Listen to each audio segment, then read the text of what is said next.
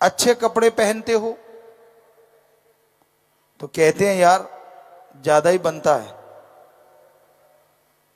और फटे पुराने पहनते हो तो लोग कहते हैं कंजूस है, मक्खी चूस है। सब कुछ होते हुए भी नाटक करता है।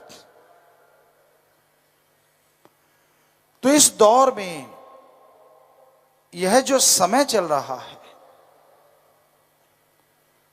आप मस्त रहें राम नाम में, होशियार रहें दुनिया के काम में, तभी बचा जा सकता है। वरना आज के दौर में लोग जो भी बात करते हैं उसके डबल मीनिंग है। एक वो जो सुनने को मिल रहा है, एक वो जिसका अर्थ कुछ और निकलता है। जो दिखता है वो है नहीं, और जो है वो दिखता नहीं। दिल में छल है, कपट है, पाप है, जुबान पे मिठास है। कहते कुछ और हैं, करते कुछ और हैं, सोचते कुछ और हैं। ऐसे दौर में एक ही तरीका है, अपने सिद्धांत, अपने अकल बुद्धि का प्रयोग अवश्य करें। आंखें मूंद के किसी पे यकीन ना करें, चाहे वो कोई भी क्यों ना हो। हां, राम और उसका नुमाइंदा कोई सच्चा फकीर है, उस पे दृढ़ यकीन करें, ताकि वो आपको हर पाप कर्म से, हर बुरी बला से बचा सके। अपने आप गिर जाते हैं, अपने आप चोटिल हो जाते हैं बुरे कर्म कर करके, और दोष भगवान को देते हैं। तरुवर फल नहीं खात है, सरोवर पीब न नीर, परमारथ के कारणे संतन भयो शरीर। तरुवर पेड़ फल खुद नहीं खाता,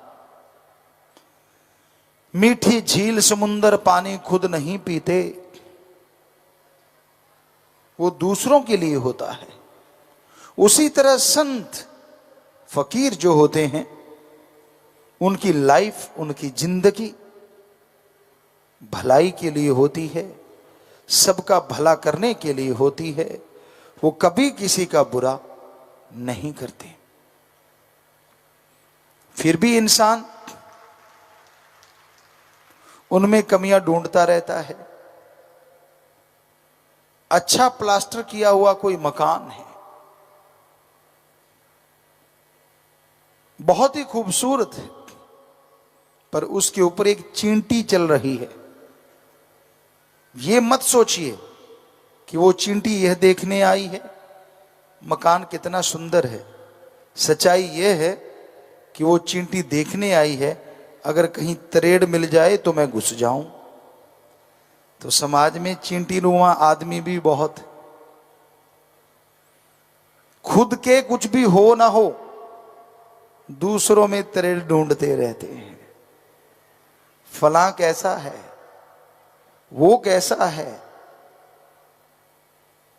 आज ज्यादातर लोग अपने दुखों से दुखी नहीं है, दूसरा सुखी क्यों है इस बात से ज्यादा दुखी है।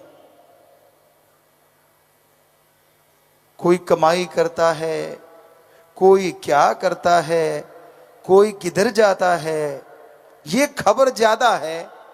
खुद क्या करता है इसकी खबर छुपाता है, और खुद को ऐसे अनजान बन जाता है कि मैंने तो कुछ किया ही नहीं।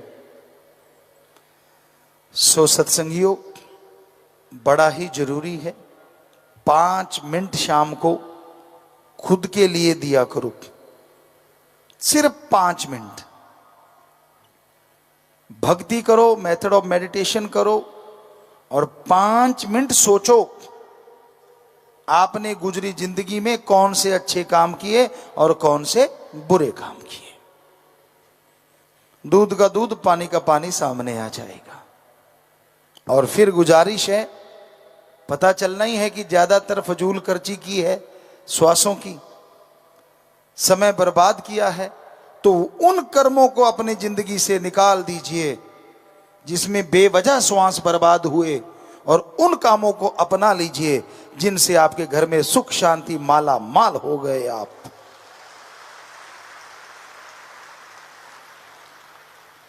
यहां कोई किसी का यार नहीं, कोई किसी का दोस्त नहीं, मतलब प्रस्त हैं ज्यादातर रिश्ते।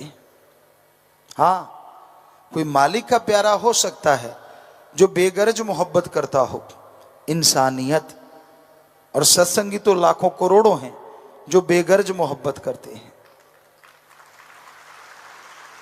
जा जाके लोगों के टॉयलेट साफ करते हैं, बताइए उसमें क्या गर्ज है। जा जाके झाड़ू पोंछा करते हैं, नगरों के नगर साफ किए। आज ब्लड डोनेट हो रहा है, लोग भाग भाग के ब्लड डोनेट कर रहे हैं, बताइए इसमें क्या गर्ज है। तो ऐसी बेगर्ज सेवा करने वालों को मालिक भी फिर ऐसी रहमत बख्शते हैं। मालिक का गुणगान जीव जितना करता है उतनी ही रहमो करम, उतनी ही कृपा दृष्टि उस जीव पे बरसती रहती है। परम पिता परमात्मा कभी किसी से ऋण नहीं लेता, वो देता है, देता ही चला जाता है, और देने के बावजूद कभी किसी पे एहसान नहीं जताता। हालांकि संसार दोगला है, ये लेता है, लेता ही चला जाता है, कभी एहसान नहीं जताता। यानी ये नहीं कहता कि मालिक तेरा शुक्र है, तूने मुझे इतना दिया, मैं तेरा शुक्राना करता हूं, ये नहीं कहते लोग। 100 में से 99 इच्छाएं पूरी हो गई, 500 इच्छाएं और पड़ी हैं, वो भी पूरी होनी चाहिए। इसलिए कि वो लेते हैं, लेते ही चले जाते हैं, एहसान नहीं जताते, और वो देता है, देता ही चला जाता है, वो एहसान नहीं जताता। इस घोर कलयुग में ऐसे ही यहां बहुत सी मूर्तियां आपको घूमती हुई नजर आएंगी संसार में, सभी त्रिलोकियों में, जो दिखने में कुछ और हैं, यानी बोलने में, कहने में, दिखाने में, और असली उनका मुद्दा कुछ और होता है। ऐसे लोग कभी भी किसी के भी यकीन के काबिल नहीं बन सकते। जो अल्लाह वाहिगुरु राम का नहीं होता, इंसान का हो जाएगा, कैसे यकीन किया जाए। इसलिए इंसान को अपने आप को दोगला नहीं बनाना चाहिए, बल्कि जैसे अंदर श्रद्धा है वैसा जुबां पे नाम हो, जैसी भावना है वैसा आप बोलें तो मालिक की कृपा दृष्टि भी होगी, समाज में भी इज्जत हासिल करोगे, और लोग आपके व्यक्तित्व से भी प्रभावित होंगे। प्रभावित तो लोग दोगलेपन से लोगों को कर लेते हैं। इतने शातिर, इतने चालाक, ओवर क्लेवर इंसान पल में उनके झांसे में आ जाता है। तो भाई मालिक के आगे ओवर क्लेवरनेस नहीं चलती, वहां तो दीनता, नम्रता का जो पल्ला पकड़ते हैं वही मालिक को हासिल कर सकते हैं। पुराने समय में चिट्ठी पत्र बड़े चला करते थे, और चिट्ठी पत्र इंसान को मिलता था तो यूं लगता था जैसे इंसान मिल गया,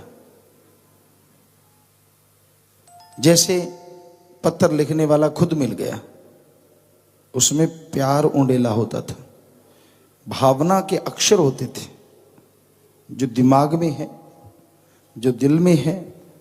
आदमी लिखता था, कई बार आंसू टपक जाते थे। उसका एक अलग मजा था। विज्ञान तरक्की कर गई, कोई बुरी बात नहीं है, बहुत ही अच्छी बात है, लेकिन BBM, SMS आप उस भावना को महसूस कर सकते हैं।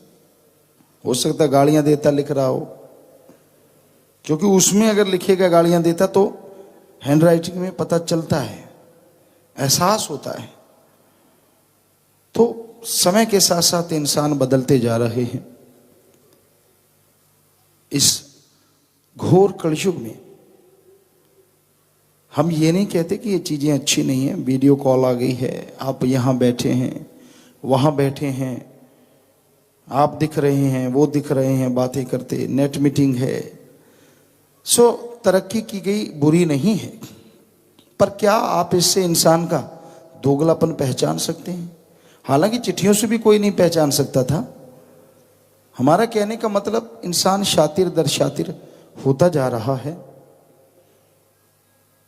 पीर फकीर किसी के कहने से बाज नहीं आता। अगर इसने बुरा कर्म करना है और इसको रोको, और फिर बुरा मनाना कि मुझे बुरा इससे रोका क्यों, तो तूने करा क्यों? अपनी गलती इंसान नहीं मानता कि मैंने बुरा कर्म किया। रोकने वाला बुरा लगता है कि उसने बुराई से रोका क्यों। जब एक संत पीर फकीर का ये हाल है कि वो अगर किसी को बुराई से रोकें तो लोग उनसे रूठते हैं, बुरा बोलते हैं, पता नहीं क्या क्या कहते हैं, तो आम आदमी की क्या बिसात वो किसी को रोक दे। और अगर आपने रोक दिया तो अहंकार ना करो, ये मालिक की रहमत होगी जिसकी वजह से आपके कहने से कोई रुक गया। वरना आदमी की क्या औकात जो दूसरे आदमी को रोक सके। आपको बोला कि एक पीर फकीर नहीं ऐसा कर सकता।